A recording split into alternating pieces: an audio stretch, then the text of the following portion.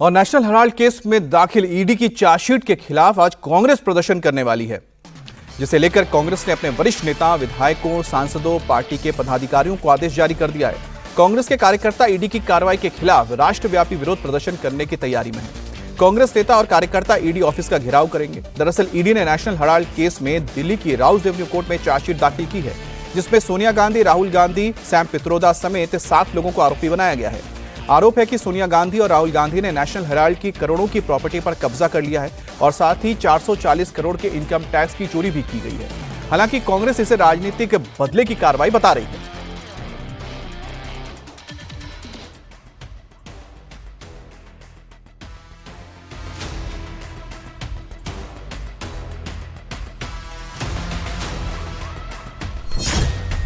National Herald case में ED का action, Sonia Rahul की बड़ी टेंशन।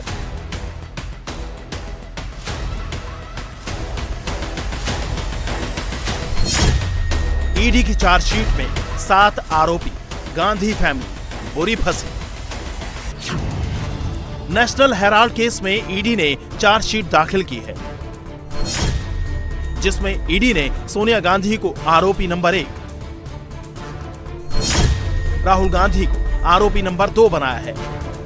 इसके साथ साथ राहुल के राजनीतिक गुरु सैम पित्रोदा और सोनिया गांधी के सलाहकार सुमन दुबे समेत कुल 7 लोगों को आरोपी बनाया गया है। मंगलवार को ईडी ने दिल्ली के राउज एवेन्यू कोर्ट में चार्जशीट दाखिल की है, जिसमें आरोप लगाए गए हैं कि सोनिया गांधी और राहुल गांधी ने 2000 करोड़ रुपए की प्रॉपर्टी पर कब्जा कर लिया, जो प्रॉपर्टी नेशनल हेराल्ड की थी। 440 करोड़ के इनकम टैक्स की चोरी भी की गई। जिस कंपनी ने नेशनल हेराल्ड की संपत्ति पर कब्जा किया, उस यंग इंडियन कंपनी के 76% शेयर सिर्फ सोनिया और राहुल के हैं। ईडी का दावा है कि सोची समझी साजिश के तहत एआईसीसी ने नेशनल हेराल्ड की पेरेंट कंपनी एजेएल को 90 करोड़ का लोन दिया और फिर इस 90 करोड़ के लोन को 9 करोड़ शेयर्स में बदल दिया। इसके बाद ये सारे शेयर सोनिया और राहुल की कंपनी यंग इंडियन को केवल 50 लाख रुपए लेकर सौंप दिए गए।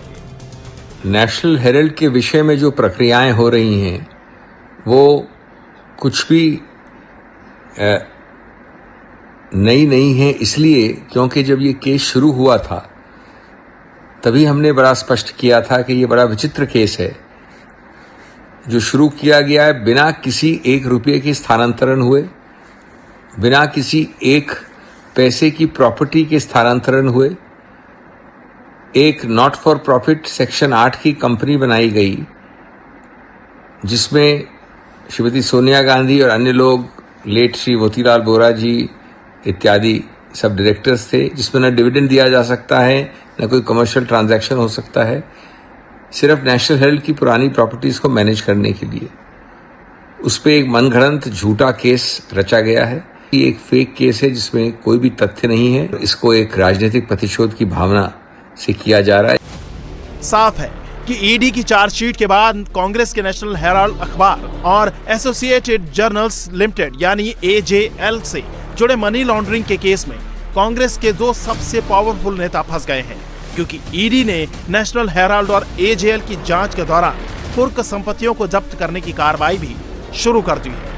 ईडी ने 661 करोड़ की अचल संपत्तियों को कब्जे में लेने के लिए नोटिस जारी किया है और किराएदारों से ईडी के खाते में किराया जमा करने को कहा है। सोनिया और राहुल जिस केस में चार्जशीटेड हुए हैं, उस केस को डिटेल में समझने से पहले आपको इसकी टाइमलाइन समझाते हैं। 1937 में जवाहरलाल नेहरू ने एसोसिएटेड जर्नल लिमिटेड यानी एजेएल बनाया। 1938 में एजेएल ने 3 अखबारों का प्रकाशन शुरू किया। नेहरू ने नेशनल हेराल्ड, नवजीवन और कौमी आवाज निकाले। 1960 में एजेएल की आर्थिक हालत खराब होने लगी। कांग्रेस पार्टी ने एजेएल को बिना ब्याज वाला लोन दिया। 2008-2010 के बीच में कांग्रेस पार्टी ने एजेएल को फिर आर्थिक मदद दी। 2010 में कांग्रेस का एजेएल पर 90 करोड़ 21 लाख का कर्ज हो गया। इसी साल सोनिया और राहुल ने मिलकर यंग इंडियन लिमिटेड YIL नाम की कंपनी बनाई। कांग्रेस ने YIL कंपनी को रिकवरी का अधिकार दिया। लोन रिकवरी के बहाने young Indian limited company AJL की मालिक बन गई। साल 2010 में कांग्रेस की ही सरकार थी। ऐसे में मामले पर किसी ने उंगली नहीं उठाई, लेकिन 2012 में सुब्रमण्यम स्वामी ने दिल्ली के पटियाला हाउस कोर्ट में मनी लॉन्ड्रिंग की शिकायत दर्ज कराई, जिसके बाद साल 2014 में जब मोदी सरकार बनी तो जून 2014 में कोर्ट ने सोनिया और राहुल समेत 6 लोगों को समन भेजा।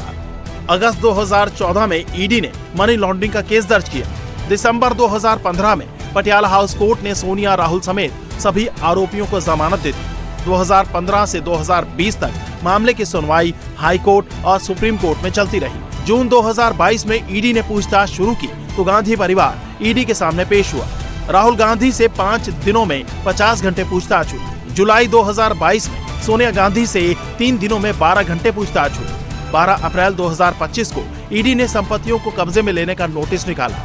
नेशनल हेराल्ड और एजेएल के किराएदारों को ईडी के खाते में किराया जमा कराने को कहा गया और 15 अप्रैल 2025 को ईडी ने सोनिया और राहुल के खिलाफ पहली चार्जशीट दाखिल की। कांग्रेस पार्टी को नस्तानाबूद करने की मोदी जी की साजिश है। ईडी तो इडियट है, जो मर्जी उसको कराया जा सकते हैं, उसमें हमें कोई परवाह नहीं, कोई फर्क नहीं पड़ते। चलो आगे आप लोग लड़ाई करेंगे? अरे बिल्कुल करेंगे। मोदी जी को और बीजेपी पार्टी को हम डरते नहीं, ईडी सीबीआई से हम डरने वाला नहीं हूँ। कांग्रेस ने ईडी की चार्जशीट को पॉलिटिकली मोटिवेटेड बताया तो बीजेपी ने कहा कि यह मामला उस वक्त दर्ज हुआ था जब देश में यूपीए की सरकार थी। यानी यह मामला दर्ज तब हुआ था जब मोदी जी की सरकार आई भी नहीं थी। अतः कांग्रेस पार्टी का इस पर राजनीति करने का आधार नहीं बनता है। टेक्निकली देखें तो यह भारत के इतिहास का एक विचित्र मामला है जिसमें कोई एक ऐसी कंपनी 90 करोड़ की देनदारी में बिक गई जिसके पास हजारों करोड़ की संपत्ति थी, जो किसी के द्वारा समझ में आने वाली बात नहीं है। तीसरी बात यह थी कि कांग्रेस पार्टी के द्वारा इसमें 76% शेयर सिर्फ राहुल जी और सोनिया जी के पास थे। मतलब राजनीतिक दृष्टि से बहुत साफ दिखाई पड़ता है कि 2/3 से अधिक सिर्फ आपके पास रहेगा और बाकी किसी के पास नहीं। और मजे की बात यह है कि बाद में ये ने तय किया कि प्रकाशन बंद हो जाएगा और प्रॉपर्टी के बिजनेस में काम करेंगे। ये अपने आप में बड़ी विचित्र बात है।